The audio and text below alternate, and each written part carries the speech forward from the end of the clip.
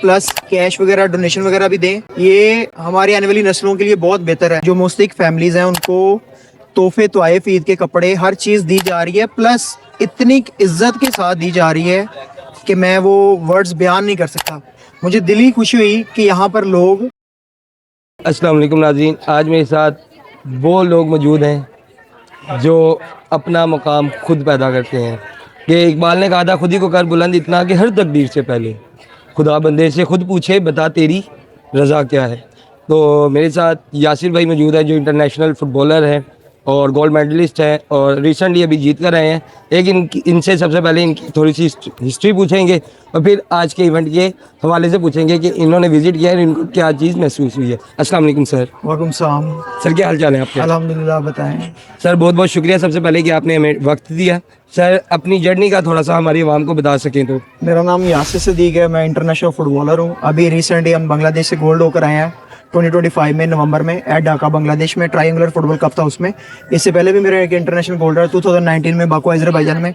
इसके साथ साथ मैं रिसेंट पाकिस्तान का मास्टर नेशनल एथलेटिक्स चैंपियन का 100 मीटर का नेशनल गोल्ड मेडलिस्ट हूँ। और इसके साथ साथ मेरी क्वालिफिकेशन जो है वो MSc स्पोर्ट्स साइंस है और मैं रूट्स में स्पोर्ट्स कोऑर्डिनेटर हूँ DHA फेज 6 में। और DHA फेज 6 स्पोर्ट्स कॉम्प्लेक्स में मैं फुटबॉल का हेड कोच हूँ, रियल और फुटबॉल अकेडमी का। बहुत बहुत शुक्रिया सर। सर ये बताइएगा कि आप ईद फेस्टिवल में आए तो आपको कैसा लग रहा है? मैं आपको यकीन करें बताऊं, मुझे इतनी खुशी हुई यहाँ पर आके देख के कि यहाँ पर जो मुस्तहिक फैमिलीज़ हैं उनको तोहफे तोहफ़े ईद के कपड़े हर चीज़ दी जा रही है, प्लस इतनी इज्जत के साथ दी जा रही है कि मैं वो वर्ड्स बयान नहीं कर सकता। मुझे दिली खुशी हुई कि यहाँ पर लोग उनको विद ट्रॉलीज़ के साथ एज अ वॉलंटियर उनको साथ साथ लेकर आ रहे हैं। उनको पसंद का उनको कपड़े लेके दे रहे हैं, उनको पसंद की जूते मिल रहे हैं, उनको उनकी पसंद की ज्वेलरी मिल रही है, उनको पसंद के बैग मिल रहे हैं। ईच एंड एवरीथिंग उनको उनकी पसंद की मिल रही है और वो भी फ्री ऑफ कॉस्ट। और उसके साथ साथ फ्री ऑफ कॉस्ट होने के साथ साथ इतनी इज्जत और प्यार से मिल रही है कि वो मैं लफ्ज़ों में बयान नहीं कर सकता। सर आप कुछ कहना चाहें आवाम को भी कि किस तरह होना चाहिए और कोई अपना आखिरी सबक देना चाहें तो?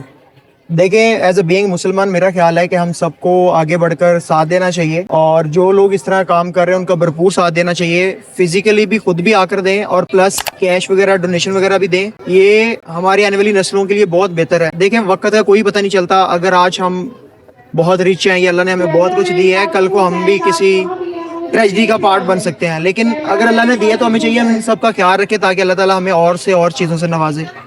बिल्कुल, जब आप किसी के लिए एहसास पैदा करते हैं तो अल्लाह पाक भी आपके लिए एहसास पैदा करता है। कुरान मजीद में अल्लाह पाक ने कहा है कि तुम ज़मीन वालों पर रहम करो, आसमान वाला तुम पर रहम करेगा। यही आज का हमारा प्रोग्राम था। दीजिए हैदर जैदी को इसी के साथ इजाज़त। अल्लाह निगहबान।